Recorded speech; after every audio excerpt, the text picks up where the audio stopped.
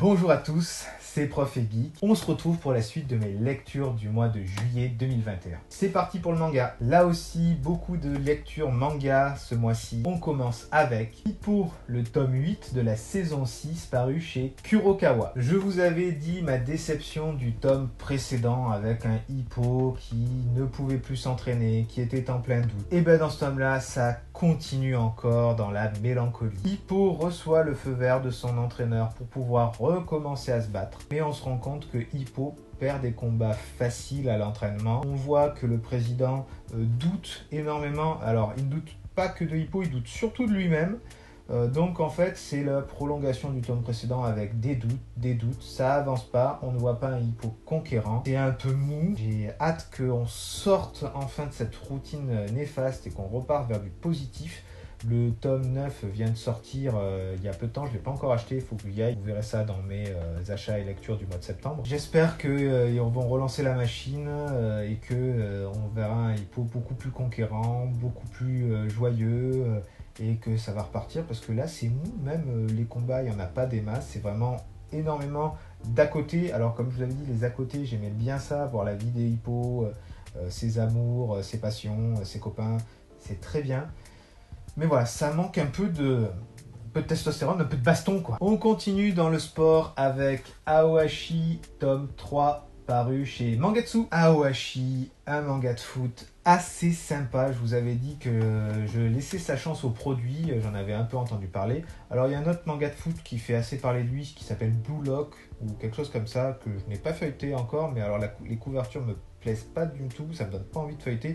Contrairement à Aoashi. Dans ce tome-là, on voit la fin des sélections. Alors, spoiler alerte, il a été pris dans son école, ça se voit au maillot qu'il porte. Donc, il a été recruté par son école, centre de formation. On voit en fait comment il arrive là. Et il y a un chapitre avant qu'il arrive à l'école qui est juste magnifique, où on voit les doutes du jeune garçon, on voit les doutes de sa famille et notamment de sa mère avec une lettre dans le train, j'en dis pas plus, mais il y a une planche magnifique d'ailleurs. Sullivan Rowe l'avait mise en photo de profil sur son Twitter, je crois qu'elle y est encore. Le chapitre, il n'y a pas de foot, c'est que de l'émotion, mais c'est super bien écrit et super bien dessiné. Il faut lire ce tome-là, j'attends le tome 4 avec impatience, puisqu'il va y avoir un match d'entraînement avec les nouvelles recrues et les élèves partenaires de son âge pour Ashito. Je veux voir ça. J'y mettrai un bon 14, 15 sur 20. Direction la fantasy avec The Legend of Zelda Twilight Princess tome 9. L'analyse va aller assez vite. Le tome est excellent sur tous les points. Le dessin est magnifique et il s'est vraiment perfectionné, je trouve, entre les premières planches et maintenant. Alors, il était de qualité au tout début dans les premiers tomes, mais maintenant, c'est encore mieux. Il y a des poses héroïques avec l'épée, avec de l'ombre, des ombrages qui sont super bien réalisés. On achève enfin le premier méchant, le premier sous-boss d'origine, celui qui avait piqué le trône du monde du crépuscule à Midona. Voilà, là c'est le combat final contre celui-là. Et on va pouvoir passer à l'arc complètement sur Ganondorf, puisque le héros en parle, Link en parle, Midona en parle. On voit que Link retrouve le lieu où il vivait à l'origine, puisqu'il y avait eu un problème et il se sentait coupable, je vous en avais parlé dans les premiers tomes. Là, on les retrouve, donc on ressort des personnages pour amener un ressort narratif intéressant. Alors la culpabilité, la volonté de se rattraper, etc., etc. Le tome est vraiment bien, je mettrai un bon 16-17 sur 20. On poursuit avec The Raiden King, tome 2 chez Kurokawa. Vladimir Poutine dans un monde médiéval fantastique. C'est ici que ça se passe. On continue l'histoire de Poutinov dans le monde féerique de je sais pas trop où d'ailleurs, Final Fantasy, n'importe quel JDR fonctionne. Ce tome-là, je l'ai lu à un moment, je ne me rappelle pas de tout, je l'ai un peu refeuilleté avant de faire la vidéo. C'est vraiment un tome où il se passe de l'action, mais l'histoire piétine, c'est-à-dire on n'avance pas dans l'objectif principal. En fait, ils ont commencé là, ils doivent aller là, ils s'étaient arrêtés ici, ils sont juste ici. Voilà. C'est pas très grave en soi, puisque il y a quand même des choses très intéressantes qui sont faites. On voit vraiment les codes du jeu de rôle et du monde médiéval fantastique avec par exemple la défense d'un village, la création d'armes, on voit l'élévation d'un animal au rang divin de protection du village. Ça, c'était vraiment assez bien fait. Je trouvais que ça, c'était très très sympa, avec des idées que pourraient avoir des joueurs de jeux de rôle. Il y a toujours certains méchants qu'on retrouve en fond qui pourchassent des centaures, etc. Il y a des monstres variés, on voit des dragons, on voit un sorcier zombie, enfin bref. C'est toujours très sympa. Je crois qu'ils sont au tome 6 ou 7 au Japon. On est qu'au tome 2. Le tome 3 sortira avant la fin de l'année. Si vous aimez le jeu de rôle, achetez, lisez. Ne vous arrêtez pas au fait que ça soit Poutine le héros, même si vous le détestez dans la vie tous les jours. Ça amène un côté marrant. Ça se prend pas au sérieux, hein, vraiment. C'est très bon enfant. Moi, je le conseille parce que je suis fan, quoi. C'est tellement débile que voilà. Moi, j'adore ce match-up improbable. Je mettrais un bon 14 sur 20 parce qu'on passe un bon moment. Cela se lit d'une traite, même si l'histoire n'est pas faux folle.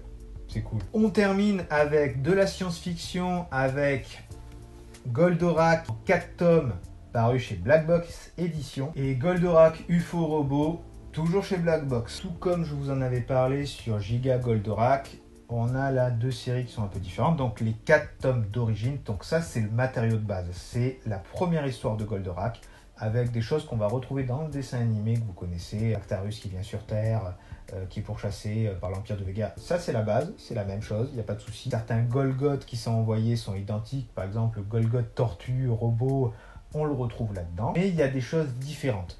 On voit mieux l'intégration des personnages qui étaient présents dans Mazinger Z avec Alcor. Alors là, les prénoms ont été bien francisés, comme on avait dans la série avec Actarus, Alcor. Il n'y a pas Luke Fleed ou Duke Fleed de son vrai nom de la VF. Il n'y a pas Koji Kabuto, etc., etc.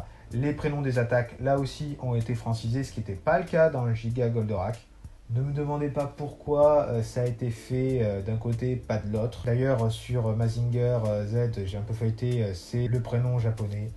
Pourquoi là ils ont francisé, dans Giga Goldorak c'est pas francisé, dans Mazinger Z c'est pas francisé, j'en sais rien. Black Box, vous pourriez faire un petit peu mieux votre boulot, je pense, sur ce point-là. Les dessins sont assez particuliers là-dedans. Les dessins dans celui-ci vont plus se rapprocher de la série. Là, comme je vous disais, la fin est complètement différente. En fait, Go Nagai a vraiment traité en fond du combat qu'il y a entre Actarus et l'Empire de Vega. Il y a vraiment une problématique sur l'environnement, sur le nucléaire, sur les ressources qui s'amenuisent, qui est vraiment très très présente. Il parle déjà du fait qu'il y avait 4 milliards d'êtres humains sur Terre, alors qu'aujourd'hui on est à 7. En 2050, on sera 10. C'est vraiment pour quelque chose qui a été fait dans les années 70, quelque chose d'avant-gardiste sur ce point-là. C'est quelque chose qui faisait très peur. Alors il y a quand même aussi les relents de la fin de la Seconde Guerre mondiale avec le bombardement d'Hiroshima et de Nagasaki qui les a traumatisés, les Japonais, ce qui est bien normal évidemment. Mais ça se ressent indirectement là-dessus. Dans le manga d'origine, il y a vraiment une suite indirecte de Mazinger Z, puisque le méchant de Mazinger Z et de Great Mazinger revient là et sert, on va dire, d'antagoniste. Il essaye plutôt d'aider Actarus et Alcor dans la lutte contre Vega. Bon, il a ses intérêts, bien évidemment. Il y a des passages que l'on retrouve dans la série avec joie. Vous devez savoir aussi qu'il y a quelques épisodes hors continuité qui ne sont pas dans les DVD. Vous avez, par exemple, Goldorak contre Great Mazinger.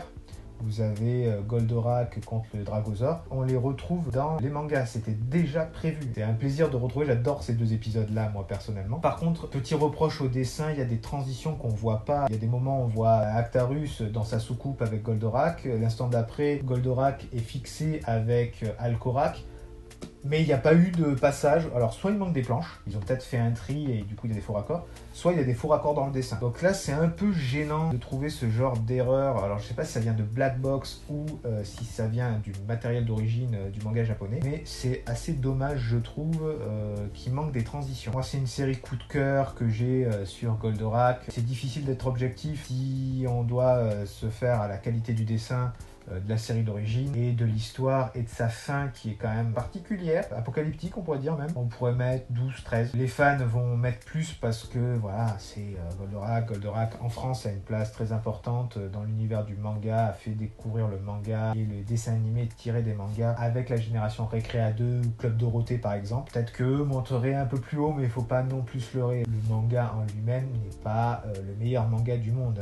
Si je devais le comparer avec Berserk enterre largement Goldorak. Mais c'est une autre époque, c'est impossible à comparer. Pour tous les fans de Goldorak, lisez les tomes qui sont encore chez Black Box. C'est toujours sympa, vous apprenez des choses et vous pouvez voir la différence avec le dessin animé et le manga. Je trouve ça intéressant de voir les deux. Il est évident que la fin du manga n'était pas destinée à des jeunes enfants et n'a pas été adaptée à juste titre dans le dessin animé.